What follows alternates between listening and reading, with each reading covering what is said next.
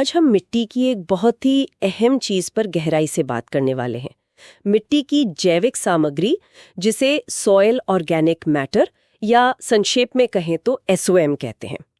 तो ये SOM ये होता क्या है आखिर, अगर सरल शब्दों में समझें? हाँ, देखिए, ये मिट्टी का वो जैविक हिस्सा है जो मूल रूप से पौधों और जानवरों के जो अवशेष होते हैं ना, उनके गलने सड़ने से बनता है। अच्छा, मतलब डीकॉम्पोजिशन से। बिल्कुल, पर इसमें सिर्फ मरे हुए अवशेष ही नहीं है। मिट्टी में रहने वाले करोड़ों जीवित सूक्ष्मजीव वो भी इसका हिस्सा हैं, और उनके जो बाई प्रोडक्ट्स होते हैं वो भी। वो तो जीवित चीजें भी शामिल है इसमें। हाँ, बिल्कुल। और एक दिलचस्प बात ये भी है कि मिट्टी का जो कुल ठोस हिस्सा है उसका सिर्फ 1 से 5% ही SOM होता है। हाँ। सुनने में तो ये बहुत ही कम लगता है ना? हाँ, बिल्कुल। ये प्रतिशत सुनने में भले ही छोटा लगे, पर इसका जो असर है मिट्टी पर वो बहुत बड़ा है। अच्छा, सॉम मिट्टी के लगभग हर जरूरी गुण को आप कह लीजिए बेहतर बनाता है, चाहे वो भौतिक गुण हो या रासायनिक या फिर जैविक। तीनों, भौतिक, रासायनिक और जैविक। हाँ, तीनों। हम इसे मिट्टी का एक तरह से सुपर फूड भी कह सकते हैं। Super food. अच्छा, तो ये तीनों गुणों को सुधारता कैसे है? थोड़ा और बताएंगे इस पर? जरूर। देखिए, भौतिक रूप से अगर देखें तो सॉम मिट्टी के जो कण होते हैं ना, उनको आपस में चिपकाता है, गोंद की तरह। अच्छा। इससे अच्छी संरचना बनती है, जिसे हम एग्रीगेट्स कहते हैं। नतीजा ये होता है कि मिट्टी भुरभुरी हो जाती है, उसमें हवा और पानी वो जड़ों तक आसानी से पहुंच पाते हैं। और पानी सोखने की क्षमता? हाँ, वो भी बढ़ती है। और रासायनिक तौर पर देखें तो ये पौधों के लिए जो जरूरी पोषक तत्व हैं उनको पकड़ कर रखता है। पकड़ कर रखता है, मतलब जाने नहीं देता। हाँ, एकदम से बहने नहीं देता। और फिर धीरे धीरे उन्हें पौधों को देता रहता है, जैसे आप समझिए कि एक धीमी गति से खुलने वाला कोई खजाना हो। वाह, ये तो बहुत बढ़िया है। अजैविक रूप से ये मिट्टी के जो अनगिनत सूक्ष्म जीव हैं, बैक्टीरिया, फंगस वगैरह, उनका भोजन है, उनका घर है। अच्छा, उनका इकोसिस्टम। बिल्कुल। और इन्हीं सूक्ष्म जीवों की जो गतिविधियां हैं वो ही मिट्टी को असल में जिंदा और उपजाऊ बनाती हैं। ये पोषक तत्व वाला पहलू तो कमाल का है। मैंने कहीं पढ़ा था कि कुछ मुख्य पोषक तत्व तो लगभग पूरी तरह इसी से मिलता है। हाँ, आपने बिल्कुल सही सुना है। सबसे जो चौंकाने वाली बात है वो है नाइट्रोजन के बारे में। नाइट्रोजन? हाँ, मिट्टी में पौधों को जो नाइट्रोजन उपलब्ध होती है ना, उसका लगभग 100% इसी SOM से आता है। 100%? पूरा का पूरा? हाँ, सोचिए, हवा में इतनी सारी नाइट्रोजन है, 78%, पर पौधे उसे सीधे इस्तेमाल नहीं कर सकते। सही बात है। ये SOM और उसमें रहने वाले जो सूक्ष्म जीव हैं वो ही उसे उस रूप में बदलते हैं जिसे पौधे ले सके। ये तो वाकई जबरदस्त बात है।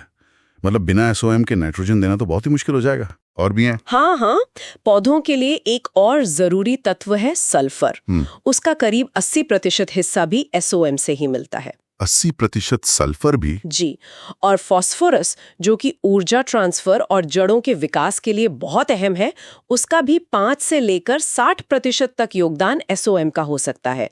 ये रेंज मिट्टी के प्रकार पर निर्भर करती है। 5 से 60% फास्फोरस? हाँ, तो ये आंकड़े दिखाते हैं कि पौधों के पोषण के लिए ये जैविक सामग्री कितनी बुनियादी है। इसका तो सीधा मतलब ये निकल रहा है कि जिस मिट्टी में SOM ज्यादा होगा वो ज्यादा उपजाऊ होगी, है ना? निश्चित रूप से, बिना किसी शक के।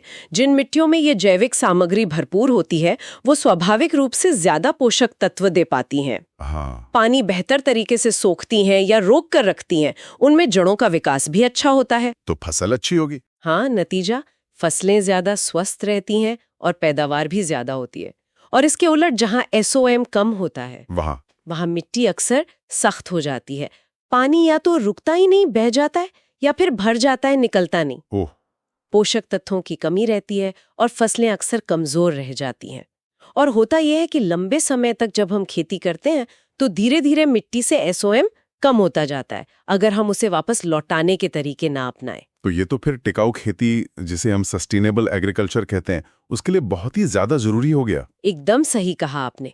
मिट्टी का स्वास्थ्य बनाए रखना है, उसे भविष्य के लिए हमें बचाकर रखना है, तो उसके लिए SOM का प्रबंधन वो सबसे महत्वपूर्ण कदमों में से एक है। तो हम इसे बढ़ा कैसे सकते हैं, मतलब व्यावहारिक रूप से? हाँ, जैसे जब हम खेत में फसल के अवशेष छोड़ देते हैं या हरी खाद का इस्तेमाल करते हैं या कंपोस्ट डालते हैं, तो हम असल में मिट्टी की इसी जैविक सामग्री को ही तो बढ़ा रहे होते। अच्छा। और ये ना सिर्फ हमारी फसलों को फायदा पहुंचाता है, बल्कि ये मिट्टी को कटाव से भी बचाता है।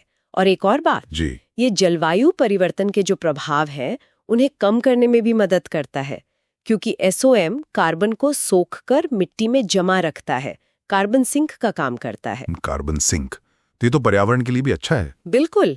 संक्षेप में कहें तो SOM स्वस्थ मिट्टी की नींव है, उसके बिना सब अधूरा है। ये सारी बातचीत तो वाकई आंखें खोलने वाली है। मतलब ये सोचने पे मजबूर करती है कि हमारी थाली का जो भोजन है और हमारे पैरों के नीचे की जो मिट्टी है वो कितने गहरे एक दूसरे से जुड़े हुए हैं। हाँ, बहुत गहराई से। और इस पूरी व्यवस्था के केंद्र में मिट्टी की ये थोड़ी सी दिखने वाली जैविक सामग्री SOM कितनी बड़ी भूमिका निभा रही है ना। बिल्कुल। क्या हम इस बात पर वाकई उतना ध्यान देते हैं जितना देना चाहिए? ये एक सोचने वाली बात